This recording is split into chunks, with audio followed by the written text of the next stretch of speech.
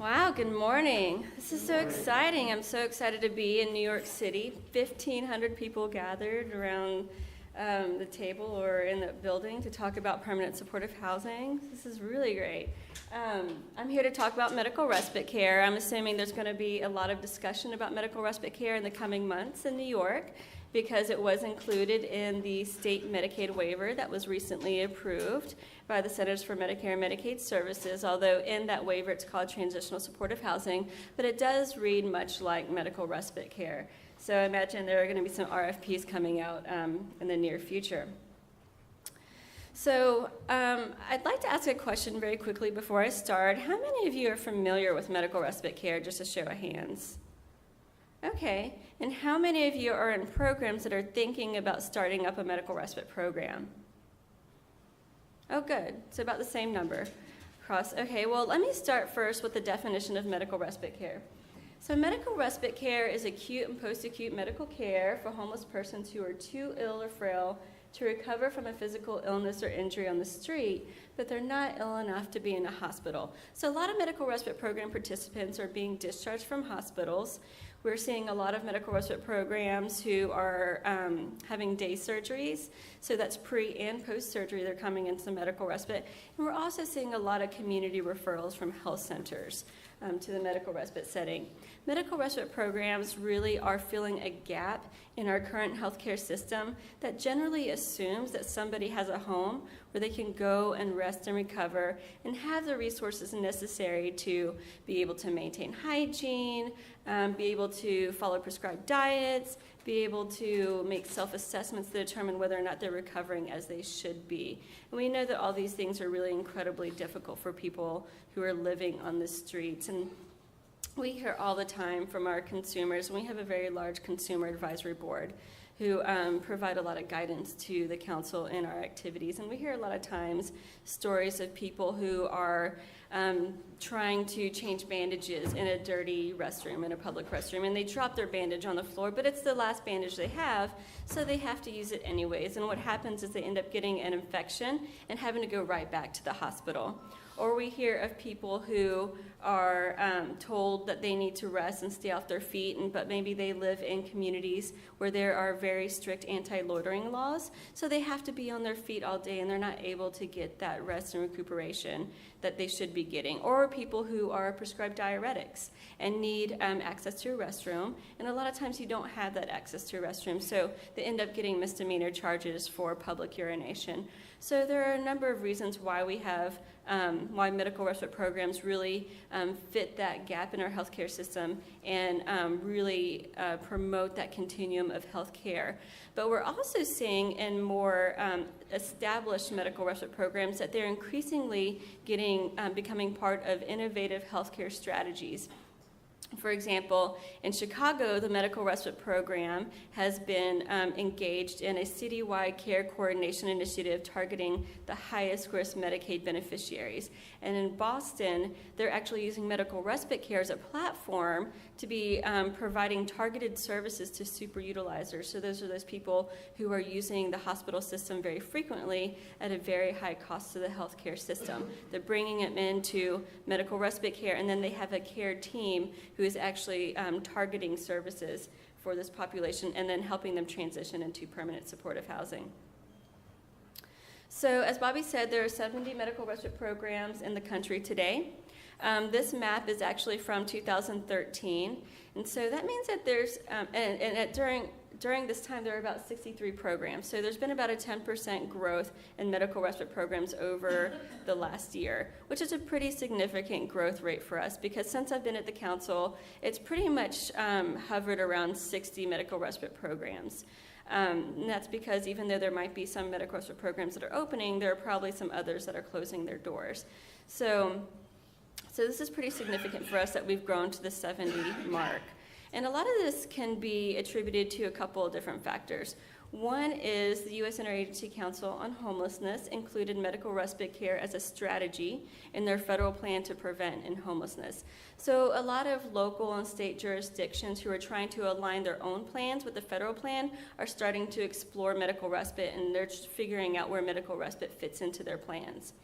But also, with health reform, there's a lot of incentive to be improving healthcare quality and reducing costs. And they're starting to look at medical respite programs, particularly in targeting some of these high-cost patients and meeting some of their needs because of studies that show that medical respite programs have a significant impact on hospital utilization.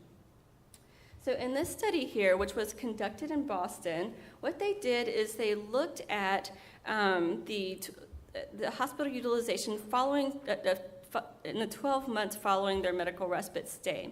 So what they did is they looked at people who were discharged to medical respite from the hospital versus people who were discharged to their own care. And so the people who were discharged to their own care actually were eligible for medical respite, but there just wasn't a bed available, so they served as a really good control group. So what they found was that the people who were discharged to medical respite care had 60% fewer inpatient days over the next 12 months when compared to people who were discharged to their own care. And you can also see that they had significantly fewer emergency department visits. But what's also interesting is that the people discharged to medical respite, and that's the dark blue in case you can't see it, had more outpatient visit clinics. And that's because they were being connected to primary care. And they, during their time at the medical respite setting, they were able to establish that relationship and build some of the skills that help them in terms of patient navigation and healthcare management. Another study based out of Boston looked at hospital readmissions within 90 days of medical respite. And what they found is that people who were discharged to medical respite versus discharged to their own care were actually 50% less likely to be readmitted in the 90 days following the intervention than people discharged to their own care. So this is really compelling to hospitals who are trying to meet quality benchmarks, particularly around readmission, but also healthcare payers who are really trying to cut back on costs. And so medical respite programs vary from site to site. If you've seen one medical respite program, you've seen one medical respite program. They look different across the board, but they do share some common program elements. So I think what's probably most obvious is that they provide 24-hour room and board, and they provide post-acute clinical care, but they also provide supportive services, patient education, self-management goal setting, and care transitions. And I'll talk a little bit about each of these. So 24-hour room and board can be provided across various facility types, and so you'll see medical respite programs in all different kinds of settings.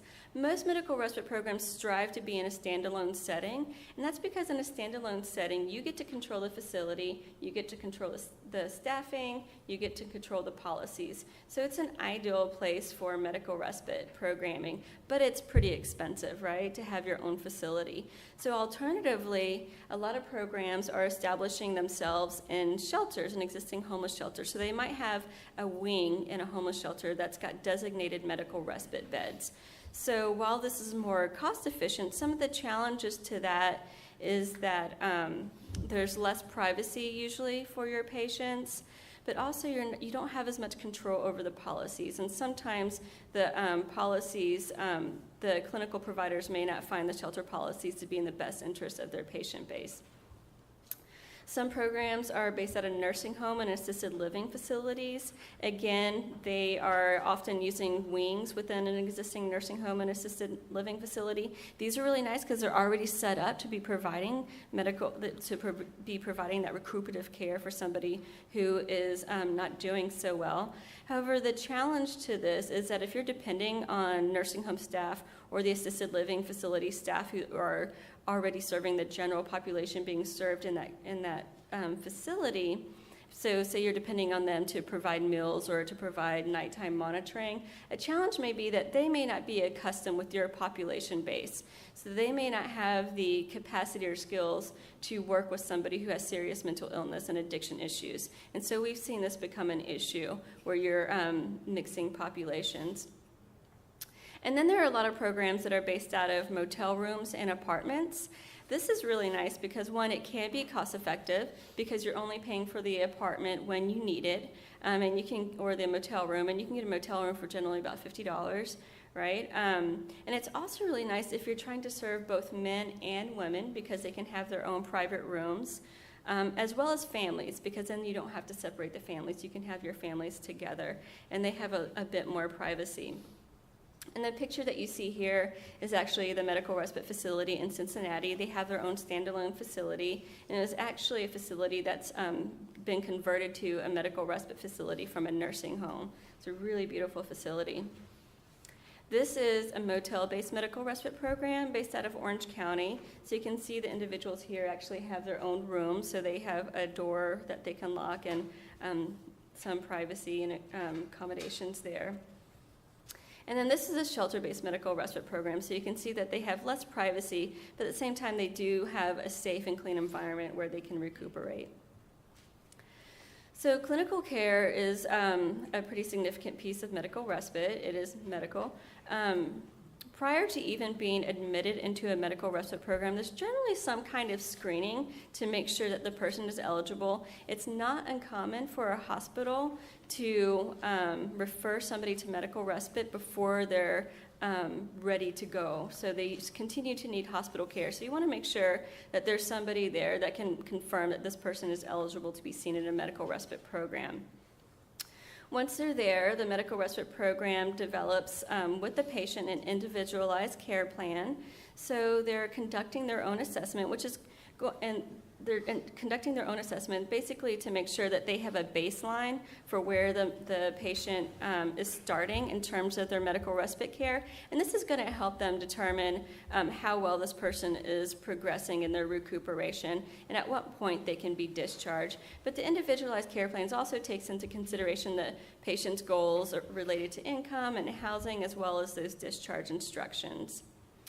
Care can be provided on or off site, and it's a mix across the country as to how care is provided. So in standalone facilities, care is generally provided on site, but in some of those other facilities, you can have care provided on site. So there might be a clinic on site, or the health center may send staff to do rounds at the facility so that they're getting the care on site. If medical respite programs aren't providing care on site, then they're providing transportation to a nearby health center where they can be receiving that follow-up care, and also working with their primary care provider to make sure that any changes in the patient's health is reflected in that care plan. And then clinical encounters are based on medical need. So somebody who is in medical respite, for example, for a broken leg and has a cast, may not necessarily need the level of services that somebody who has a more serious condition might need, which is going to be shown on this next slide. And I'm going to go ahead and warn you that this next slide is kind of gross. So this is a woman who was referred to San Francisco Medical Respite Program from the hospital. She has a number of abscesses on the back of her neck that was caused by a combination of lice as well as poor hygiene. And so she would scratch at her head, and those scratches became infected, and she was sleeping on a lot of dirty hotel room floors. And so at the hospital, they did an incision, they drained the abscesses, and they sent her to the medical respite care to complete a course of antibiotics, and also to make sure that she got appropriate wound care so that they were healed. I mean, obviously, if she was going to go back to the streets, these would probably not heal the way that they should be. They would get infected, and she'd be right back in the hospital. But also, when they sent her to medical respite, she still had lice. So the medical respite program, they did their assessment. When they did their assessment, of course, they measured the abscesses to see where they are now so that they can be measuring progress during her stay. But during their assessment, they also found out that she had severe depression. When they took her to her first primary care visit for follow-up, they found out that she also had breast cancer. So her treatment plan had a number of different things in it. So one, they were going to follow those hospital discharge instructions to complete the course of antibiotics. So that's medication monitoring to make sure she's taking her medication as she should. They were helping her clean and dress those wounds and apply certain ointment on them. They actually provided lice treatment, and they combed out the nits that were in her hair. They connected her to a behavioral health care provider where she could work on her depression. And then they also provided her transportation to receive for all the labs and tests that they needed to do for her breast cancer, and then also provided her with emotional support. In addition, part of this woman's healthcare goals was to get income and get into housing, because as we know, income and housing does impact healthcare. And so they were able to get her enrolled in general assistance. She did qualify. They enrolled her in Medicaid, and then they were also able to get her into senior supportive housing. And so this all happened in the course of a month. And so this after picture is what she looked like after 1 month, and they were really excited that they were able to get her into housing. And so this is a typical medical respite case that we're dealing with.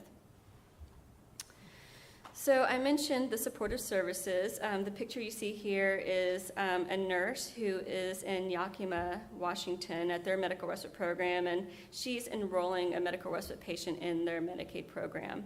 And so benefits acquisition is a big piece of it, SSI, income, Medicaid, whatever is needed to help improve life stability. Housing placement, obviously, is a huge piece. Medical respite programs try their damnedest to get somebody into housing. It's not always possible. Obviously, we can't control how many units are available and affordable and accessible to our patients, but we try really hard to get somebody into housing and not have to discharge them back into the streets. And this graph is a really good illustration that shows the hospital utilization for somebody who used both a medical respite program and was discharged into housing. And so if you look at the little blue bars and then that red little dotted line, it shows his average hospital utilization. So this guy's a super utilizer. He visited the hospital an average of 19 times a month. So that's really expensive. You can see that first white box on the left. You may not be able to read it, but that's his 9th medical respite stay. So he's also been in and out of the medical respite program. But during that month that he stayed at the medical respite program, you can see that his hospital utilization decreased, and in the months following, his average number of visits to the hospital decreased. So not by too much, but it did decrease. So it was probably more around an average of 15 visits versus 19. At his 10th medical respite stay, you can see again that he had fewer hospital visits that month. But at that stay, the medical respite program was able to connect him to housing. And so what's great about this medical respite program is that they have this component to their program called Respite to Housing. They actually work with their continuum of care, and they've got designated vouchers for their medical respite patients. So what they do is their case managers work with them while they're in medical respite, because they're there for like 30 days, right? They've got a lot of time to be focusing in on their health and wellness and goals.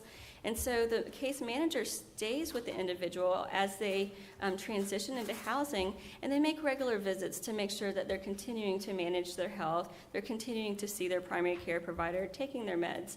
And this medical respite, so the individuals who are going into housing through this respite to housing program are doing quite well. You can see that after he got into housing, his hospital visit rate actually started to trickle down to the point where he wasn't even going to the hospital anymore. So this is a really great success story for them. But also, one of the great things about this program is that they have a 90% housing retention rate. So the people that they are able to get into housing stay in housing. And the hospitals were really impressed with these types of outcomes, and the two hospitals that John was frequenting the most decided to invest in their medical respite program so that they could continue sending more patients there to receive the type of supports that John was able to get. So patient education is a big part of medical respite services. We're providing prevention education. So we want to make sure that whatever acute condition got you into the hospital and subsequently the medical respite program can be prevented in the future. We want to make sure people are recognizing signs and symptoms. So basically, what is a sign that says you need to go see a primary care provider versus a sign that shows that you need to go to the emergency department? We want to make sure people are taking their medication appropriately. A lot of the people we're seeing have 4 or 5 chronic diseases in addition to their acute condition that brought them to the hospital and medical respite program. And so they may have several different medications that they need to take at different times of the day. And so you want to make sure that before they leave that they really understand how to follow their medication instructions. Self-care is a really important piece. Because a lot of times people end up in the hospital because they're not performing adequate self-care. So for example, let's say somebody has diabetes, they're not caring for themselves the way that they should be, and they get their toe amputated, and that's why they're in the medical respite program. We see a lot of toe amputations. And so what they're doing is making sure that people are able to manage their health, taking into consideration their life circumstances. So if you have somebody who's relying on soup kitchen meals every day, what is it that they can do to better manage their diabetes? So you're really trying to work with them to meet them where they are so that they're not at a point where they need that emergent care. And then patient navigation, where to go and when. So a lot of times people have multiple providers. So how is it that you make your appointments? How long in advance? Who do you see for what? You want to make sure that, if at all possible, they're seeing the appropriate providers and not just going to the hospital emergency room whenever something comes up. Self-management goal setting is another important element of medical respite programs, and this is different than patient education. So if you think about patient education as providing information and technical skills, self-management goal setting is really problem solving. So what you're doing is working with the patient to determine what are the barriers to you engaging in behavior change to meet your desired healthcare goals, and what are some of the strategies that we can be working on to help you overcome those barriers. And we know from studies that patient education with self-management goal setting is more effective than information-only patient education in improving clinical outcomes. So we want to integrate that where we can. And generally, self-management goal setting uses a personal action plan, and you can actually find templates online. They're very simple forms that just describes what the desired goal is, what the barriers are, strategies to overcome these barriers, and they assess the patient's confidence level in terms of being able to meet those, to meet their desired goals. And that's also really good for outcomes reporting. And so the last element that I want to talk about is care transitions. So care transitions really refer to a set of activity to ensure that patients are receiving continuity of care as they transfer, as they transfer between providers or between levels of care within the same setting. This is a big buzzword right now in the hospital community. It's mentioned in the Affordable Care Act several times. There are a lot of federal demonstration programs to improve care transitions. There are currently several evidence-based care transition models out there, and a lot of them have free tools online, but most of them assume that a patient has a home to go to, so they're not necessarily tailored to somebody experiencing homelessness. So even though there are several different models, they all have, all these care transition models have a set of elements that are going to help ensure that continuity care and make sure there's a seamless transfer across providers. And one is increasing self-care skills with the patient. So they leave that setting knowing what they're supposed to do. A patient-centered care plan is shared across care settings. So as I mentioned earlier, they could have several providers. And if each provider has a separate care plan, that can get kind of confusing for the patient and a little bit overwhelming. So you want to make sure that all the providers are on the same page in terms of their care plan. And that may mean sharing health information, so you might have to have an HIPAA business associates contract or have a patient release form signed, but you want to make sure you're all on the same page in terms of helping this patient meet their goals. And then you want to have a standardized information exchange between the transferring and receiving provider. So if you don't have an EHR that you're using across sites, that might mean having a point person at the hospital and a point person at the medical respite program who are the people that they're communicating to, so they're liaisons.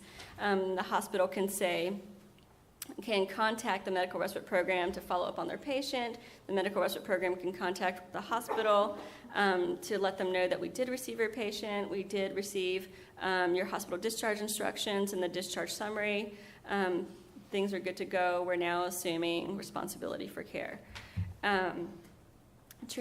Medication reconciliation obviously is is an important part. As I mentioned earlier, they could be on several medications. You want to make sure they're not counteracting with each other and they're taking them as they needed.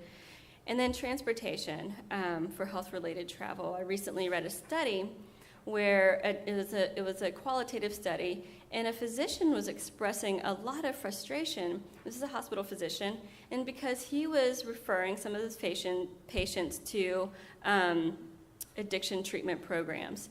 And so they would provide bus passes, but in order for his patient to get to the bus terminal, he first had to negotiate around the drug dealer that was hanging out outside, and then he had to pass several alcohol stores or stores that sold alcohol. And so they ended up losing a lot of patients in that transfer.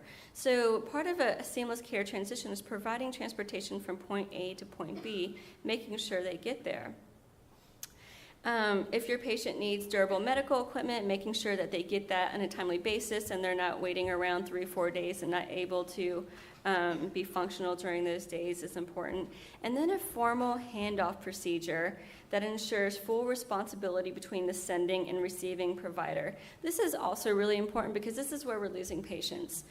A lot of times people are seen in the hospital, excuse me, are seen in the hospital, and that was their last provider source, right? So if they're discharged to the streets, they think, well, this is a person who helped me last, so this is who I'm going to go back to if something comes up, or this is a person who knows me, I'm going to keep going there. And so there wasn't really a formal handoff to a primary care provider who they should be seeing for their regular care. So the formal handoff is to make sure that at all times there's a provider that understands that they are responsible for this patient's care, and the patient at all times knows who is responsible for their care at every point of their transition. So what that might mean is that for the medical respite program, if somebody is sent to the medical respite program tells the hospital, you're no longer responsible for this patient's care, I am now taking over responsibility, and they tell the patient, something happens, come to us, don't go to them, we're now your provider source. Or if the medical respite program is not taking responsibility for care, which some don't, they can facilitate the transfer of that responsibility. So what they might do is work with the hospital to say, okay, we're going to help connect them to a primary care provider. And then what they do is they help transfer over some of the healthcare information, some of the healthcare records, and they communicate to the hospital and say, we have now transferred responsibility over to the primary care provider. The primary care provider has formally agreed to assume responsibility for this patient. You are no longer responsible. So there's kind of an endpoint in that care. And the patient knows this primary care provider is where they go now if they need additional care. And they always have that contact information. So that's a really big piece to make sure that people aren't falling through the cracks in our healthcare system. And so we do have a number of resources that really elaborate on some of the information that I've already described, but also provide, but then additional resources. So as Bobby mentioned, the Respite Care Providers Network is a really good group to join. It's free membership. We don't bombard you with emails, and you do get quarterly issues of Respite News, which is basically the best way to stay up to date with what's going on in the world of medical respite care. We have a really great medical respite toolkit. It's got startup program guides. We've got hospital contract templates, sample program policies and tools, so you're not having to reinvent the wheel. And we also have a lot of archived webinars and presentations around various medical respite topics. And then we have our medical respite program directory, which has been really helpful for startups because it includes profiles of all the medical respite programs in the country. It describes what services they provide, what's facility type, how many beds they have, and it includes their contact information. So if you're looking to start a program that looks kind of similar to a program that you found through the directory, you could easily call up that person and say, hey, we're looking to start up a program that might be similar to yours. Would you mind telling me a little bit more about your program, your lessons learned, and maybe some recommendations? And medical respite providers in our country are so happy to help you because they themselves want to see medical respite programs grow in this country.